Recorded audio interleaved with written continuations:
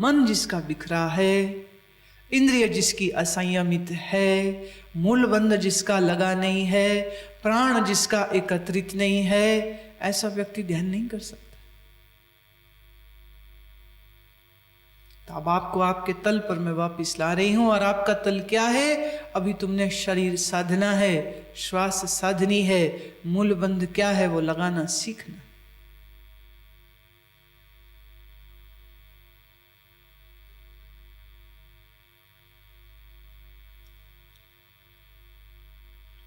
जेब में 5 पैसे लेके तुम ताजमहल खरीदने नहीं जा सकते हो। ताजमहल खरीदना है तो उतना धन भी होना चाहिए।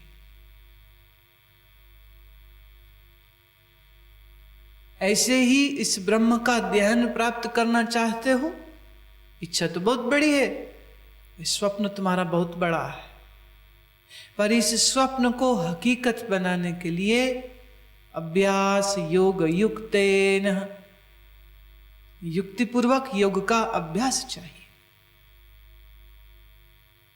इंद्रियों का संयम चाहिए, वैराग्य चाहिए, विषयों से वितरागता चाहिए।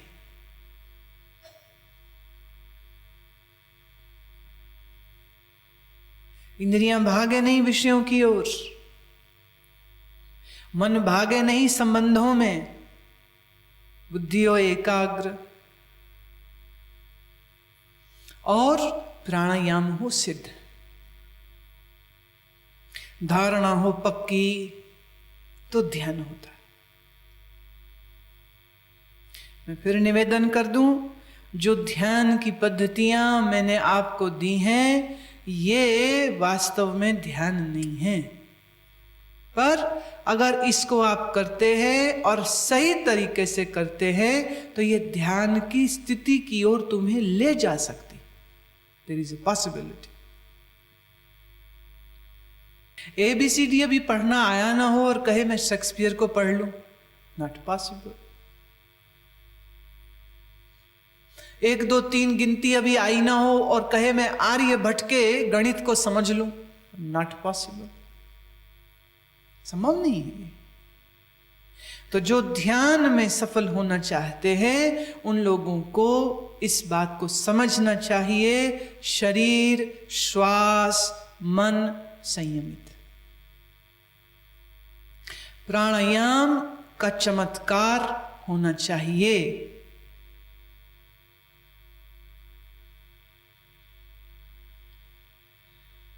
फिर कहूं, ईश्वर तो नित्य ज्ञानी है, उसे ज्ञान की जरूरत नहीं है, पर जीव को अज्ञान का रोग लगा है और इस अज्ञान के रोग को दूर करने के लिए इसे बहुत सी दवाएं खानी पड़ेंगी।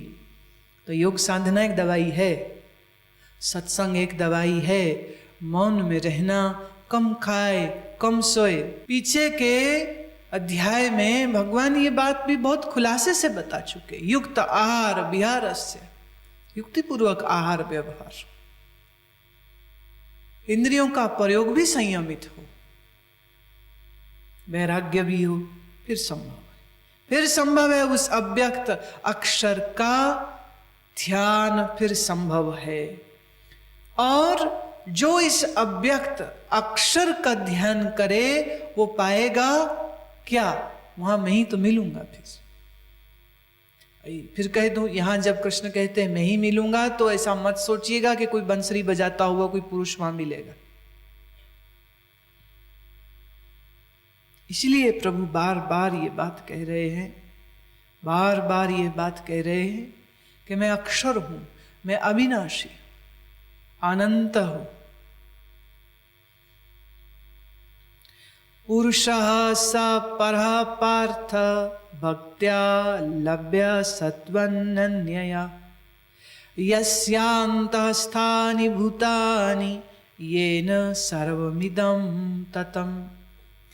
हे पार्थ, जिस परमात्मा के अंतर्गत सर्वभूत है और जिस सच्चिदानंद घन परमात्मा से ये सब जगत परिपूर्ण है, वह सनातन अव्यक्त पुरुष अनन्य भक्ति से प्राप्त होने योग्य है। यहाँ परह पुरुष माने परमात्मा को, ब्रह्म को, यहाँ वो परह पुरुष कह रहे। कैसा पुरुष? जो परे से परे, परा पुरुष। उस परे से परे पुरुष को जानने के लिए क्या करें? अनन्य भक्ति की जरूरत है। अच्छा भाई, ये अनन्य भक्ति क्या है? उपासना मतलब क्या? उप आसन, उप माने करीब, आसन माने बैठना, करीब बैठना। तो भक्ति क्या है? उस ईश्वर के करीब बैठना।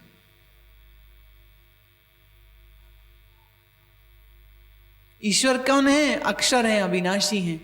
तो उस अविनाशी अक्षर ईश्वर के करीब बैठना क्या होगा? तुम्हारे मन का अमनी हो जाना, यह है ईश्वर के करीब होना। जिस मन में विचार चल रहे हैं वो ईश्वर के करीब कैसे हो सकता है? क्योंकि ईश्वर तो निर्विचारिता में ही मिलेगा। विचार में संसार है, निर्विचार में परमात्मा।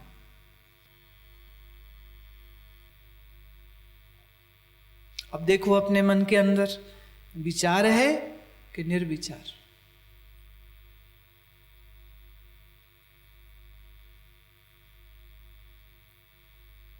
सात्विकी भाव से अगर तुम इस वचन को सुनते जाओगे तो इन वचनों को सुनते सुनते मन चुप चुप चुप होता जाना चाहिए। और अगर अभी भी मन चुप नहीं हो रहा है तो इसका मतलब तुम्हें और भी ज्यादा देह के तल पर और श्वास के तल पर अभ्यास की जरूरत है। तभी तो मन इधर उधर जा रहा है।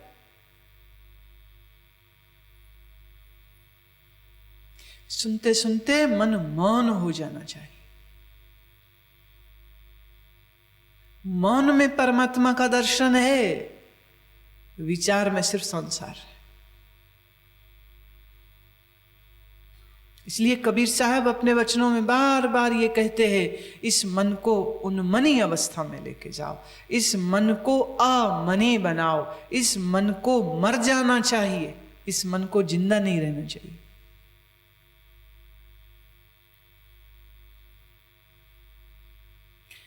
जो आदमी दूसरे की स्तुति निंदा में पड़ा है, इसकी तारीफ कर, उसकी बुराई कर, इसकी तारीफ कर, उसकी बुराई कर, वो मन को मारने के नहीं, मन को और जिंदा करने का उपाय कर रहा। जिससे मन को मारने की चाह हो, वो किसी की न तो स्तुति में जाए न तो किसी की निंदा में। कोई बोले वो बड़ा अच्छा, बोले ठीक है, बोले बड़ा बुरा है, बोले ठीक है, मुझे क्या लेने देन? मैं अपने मन को क्यों खराब करूं?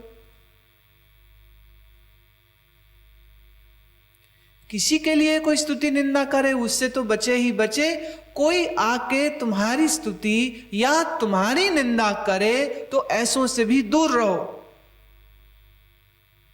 कोई आके तुम्हें कहे हम बहुत अच्छे हैं, आप मुझे बहुत अच्छे लगते हैं, अच्छा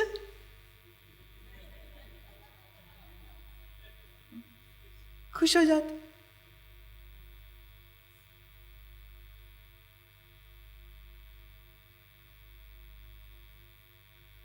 और फिर रिश्ता शुरू हो जाता है। ये तुम्हारे लिए मैं साड़ी लाई, ये आप कितने अच्छे। अब वो अच्छे कह कह के आपस में आदान प्रदान शुरू हो जाएगा, लेन देन शुरू हो जाएगा, व्यवहार शुरू हो जाएगा। और फिर व्यवहार करते करते कभी तो खरी खोटी होने वाली। अच्छे ने हमेशा अच्छा तो रहना कोई नहीं। चार लोगों के बीच में कह दी, तुम्हें अकल नहीं, कपड़े कैसे पहनते हो तुम? मैं अपने देख अच्छा ऊंचा सब गया, आज के बाद शकल मत दिखाना मेरे। अब जिसे अच्छा कह रहे थे, अब उसी बंदे को सबके आगे बहुत बुरी है। पता है मैंने उसके साथ क्या किया? जो आदमी यहां से कहानी शुरू करे ना कि मैं बताऊं मैंने ना, के चुप रहे। तुम्हें पता है सुनना, तुम्हें पता है वो जो, उसे कह दे करो चुप रहे। मुझे पता वो बहुत जलेगा, बहुत परेशान होगा और फिर वो आपकी बुराई शुरू करेगा। पर यहां तुम ऐसा करने की तो हिम्मत तुम में है नहीं। उल्टे तुम तो ऐसे कानों के कच्चे हो और ऐसे राग द्वेष में फंसे हुए हो। तुम्हें तो कोई बंदा चाहिए जिसके पास बैठ के इसकी बुराई कर दो, उसकी अच्छाई कर दो, इसकी बुराई कर दो, इसकी अच्छाई कर दो।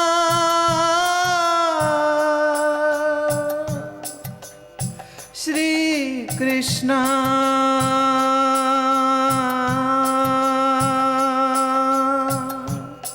श्री कृष्णा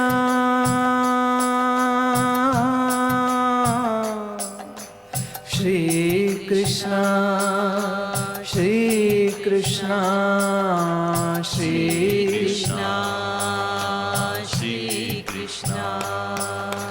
श्री कृष्णा श्री कृष्णा श्री कृष्णा श्री कृष्णा श्री कृष्णा श्री कृष्णा श्री कृष्णा श्री कृष्णा श्री कृष्णा श्री कृष्णा श्री कृष्णा श्री कृष्णा श्री कृष्णा श्री कृष्णा। भगवान का गीत चल रहा है और अब अपने इस गीत के अगले हिस्से में प्रभु कहते हैं यत्र काले त्वनावृत्ति मामृतिं चैव योगिनः प्रयातायान्ति तं कालं वक्ष्यामि भरतर्षभ। हे अर्जुन, जिस काल में शरीर त्याग कर गए हुए योगी जन पीछे न आने वाली गति को और पीछे आने वाली गति को भी प्राप्त होते हैं, उस काल अर्थात मार्ग को अब मैं कहता हूं। मृत्यु उपरांत कोई जीव हैं जो फिर पुनः जन्म पाएंगे और मृत्यु उपरांत कोई जीव हैं जो पुनः फिर जन्म नहीं पाएंगे।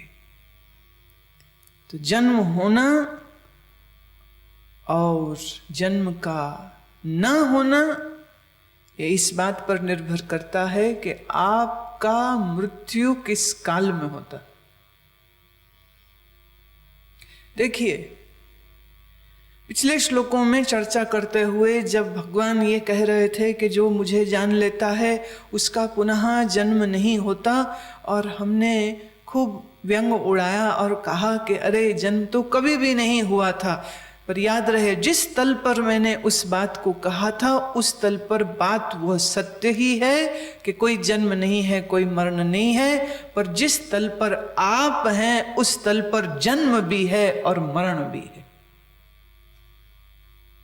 जैसे अभी तुम्हारा जन्म तुम्हारी प्लानिंग के अनुसार नहीं हुआ। क्या तुमने चुने थे अपने माँ बाप? क्या तुमने चुना था कि मैं इस घर में पैदा हूं? क्या तुमने चुना था कि मैं इस गोत्र, इस नक्षत्र, इस ग्रह में मेरा जन्म हो?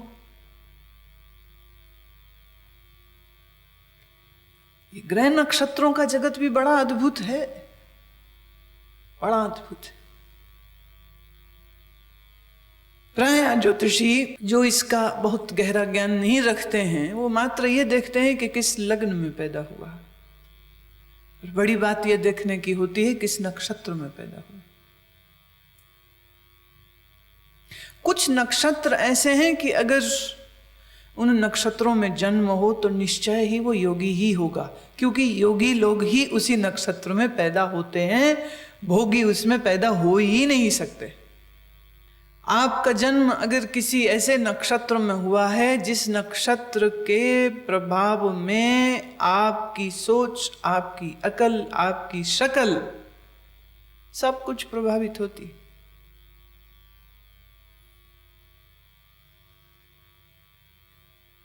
कुछ नक्षत्र पापकारी हैं, कुछ नक्षत्र पुण्यकारी हैं, कुछ नक्षत्र सात्विक हैं, कुछ नक्षत्र राजसिक हैं, कुछ नक्षत्र तामसिक हैं।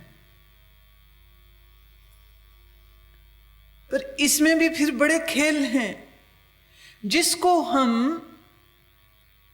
कहते हैं कि ये तामसिक नक्षत्र है, पर जब इसी नक्षत्र का पहले पाद में, दूसरे पाद में, तीसरे पाद में, चौथे पाद में 4 हिस्से होते हैं, 4 डिग्रीज होती हैं इसकी। 1 डिग्री में वो तामसिक है, दूसरे डिग्री में सात्विक है, तीसरे डिग्री में राजसिक हो जाएगा।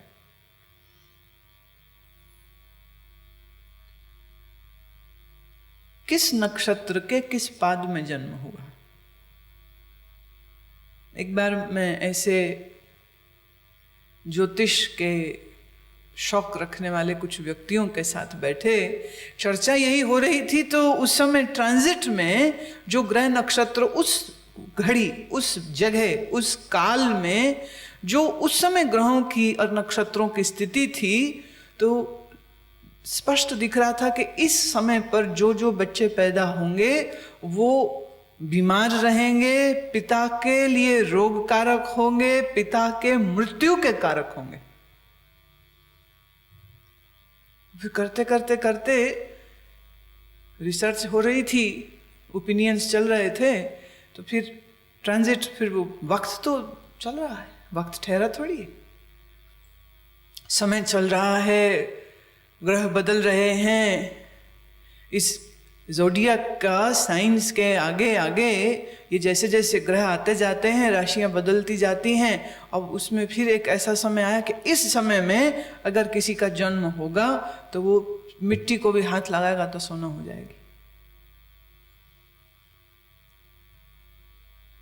तुम जैसे भी हो, इसके पीछे बहुत से कारण काम कर रहे हैं।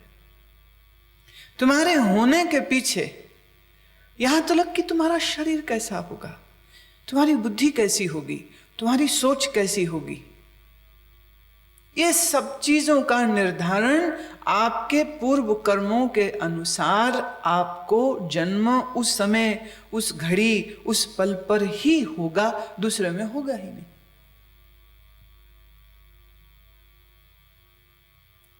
जितना महत्वपूर्ण आपका जन्म का काल होता है, क्योंकि जिस घड़ी में तुम्हारा जन्म होना है उस घड़ी में पैदा हुआ इंसान का तन, मन, बुद्धि प्रभावित होने वाली। They are going to be shaped up like that.